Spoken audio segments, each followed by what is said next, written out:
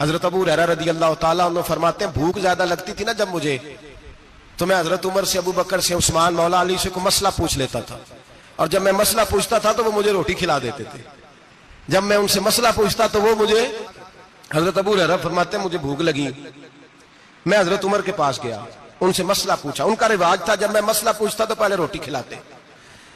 ہمارے بزرگ یہ فرماتے ہیں کہ کھانے کھلا کے دین پڑھاؤ، صرف تمہارا کتب خانہ نہیں کھلا ہونا چاہیے، تمہارا دسترخوان بھی کھلا ہونا چاہیے۔ کسی نے نبی پاک صلی اللہ علیہ وسلم سے پوچھا تھا بہترین مسلمان کون ہے؟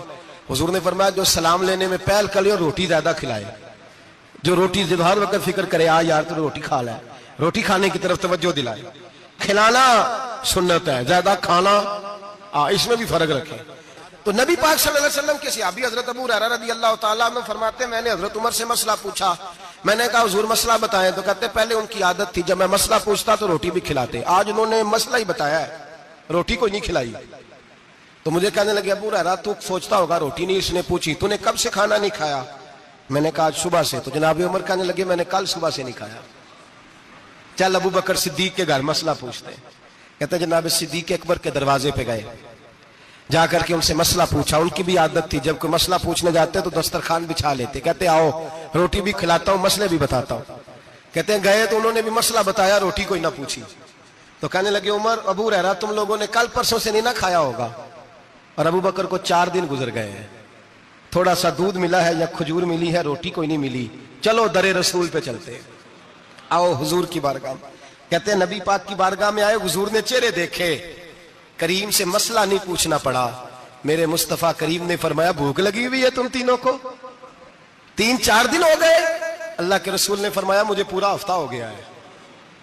سبب کچھ اور ہے جس کو تو خود سمجھتا ہے، زوال بندہ مومن کا بے زری سے نہیں، بھوک نقصان کا وجہ نہیں بنی، وجہ کوئی اور بنی ہے۔ رشوتیں جو بازار گرم ہوئے ہیں لوٹ مار کے، یہ روٹی کے لیے نہیں، یہ زیادہ کھانے کے لیے، یہ بینک بیلنس کے لیے گرم ہے۔ یہ لوٹ مار کا مقصد کوٹھیاں بنانا ہے، روٹی کا تو رب کریم کا وعدہ ہے۔ جو روز روتا ہے شام کو کہ میرا کاروبار کوئی نہیں، اصل میں کہتا ہے بنگلہ کوئی نہیں، اصل میں کہتا ہے کار کوئی نہیں، پجارو کوئی نہیں، روٹی تو اللہ عطا فرماتا ہے، اس کا وعدہ ہے۔ فرمایا حضور نے 3 دن بیت گئے، چلو۔ میرا بے تکلف صحابی ہے ابو الحسن انصاری، وہ بڑے نصیب والے ہوتے ہیں جن کو میرے نبی پاک خود کہتے تھے کہ تیری فلانی ذمہ داری ہے۔ اس زمانے کا تو کسی کو کہہ دیا جائے یہ تیری ذمہ داری ہے تو کہتا ہے یہ تو پھٹیکے ڈالنے لگ گیا، یہاں سے تو چھٹی کر دینی چاہیے۔ خوش ہوتے تھے صحابہ کہ ہماری ذمہ داری لگی۔ کہتے ہیں حضرت ابو الحسن انصاری کے گھر گئے، نبی پاک نے فرمایا بھوک بڑی لگی ہے کھانا لا۔ کہتے ہیں حضور نے اسے کہا تو اس آدمی کو تو وجد ہی ہو گیا، اس نے کہا میرے اتنے نصیب کہ حضور کا یہ کھانا کھلا۔ آؤ دیکھو دنیا والوں، آج جو سب سے زیادہ عزت والا ہے وہ میرا مہمان بنا ہوا ہے۔ فرماتے ہیں وہ دوڑے گئے، بکری اٹھائی، ذبح کی، بیوی کو کہنے لگے روٹی تیار کر، ادھر کھجوریں توڑی، انگور توڑے، کہنے لگے حضور آپ جب تک تناول کریں تب تک کھانا پک جاتا۔ حضرت عمر کہتے ہیں روٹی پک کے آئی، بڑا پیارا گوشت، بڑا اچھا سالن، بڑا خوبصورت خلوص والا کھانا۔ فرماتے ہیں میں نے بڑا ہی کھایا۔ نبی پاک نے نا ایک روٹی لی اور چھوٹی چپاتی، تھوڑا تھوڑا سالن کونوں سے، اور جب نبی پاک نے کھا لیا تو حضور کی آنکھوں میں آنسو آئے۔ حضرت عمر کہنے لگے حضور روئے کیوں؟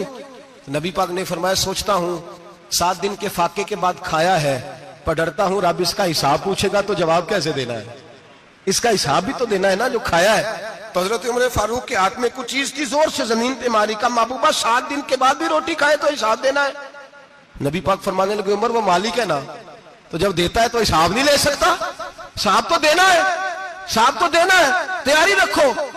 صحابہ کرام فرماتے ہیں ہم نے ارادہ کیا کہ آج کے بعد ہم پھر فاقے کریں گے، کم کھائیں گے، اس لیے کہ حساب دینا ہے۔ میرے بھائی وہ فاقہ کشی کرتے تھے، ڈرتے تھے۔ یہاں تو لوگ کھا کے بیمار ہیں، کھاتے جا رہے ہیں، سوتے جا رہے ہیں، کھاتے جا رہے ہیں، سوتے جا رہے ہیں۔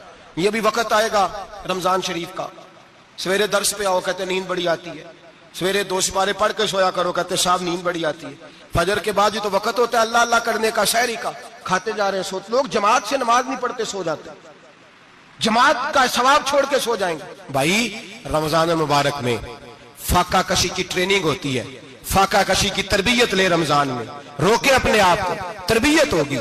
اور ہمارے صوفیاء فرماتے ہیں جو زیادہ کھاتا ہے اس کا نفس اس کو زیادہ پہ مائل کرتا ہے، خواہشات نفس پیدا ہوتی ہیں۔ میرے نبی پاک علیہ السلام نے جوانوں کو حکم دیا ہے یا معاشر الشباب، او جوانوں، یا رسول اللہ کیا حکم ہے؟ فرمایا یا نکاح کر لو اگر طاقت ہے، نہیں طاقت تو روزے رکھو۔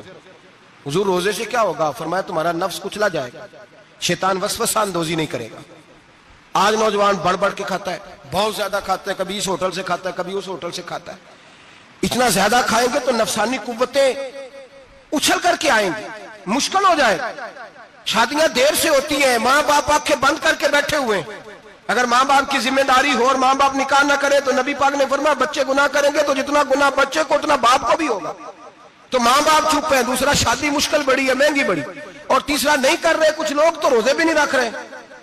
تو رمضان ان کے لیے بھی وقت ہے، نفسانی قوتیں کچلی جائیں گی۔ کھانا جتنا کم کھایا جائے گا اتنا وجود کے اندر نفسانی خواہشات کم پیدا ہوں گی۔ تو رمضان تو پریکٹس ہے مجاہدے کی، دین کی۔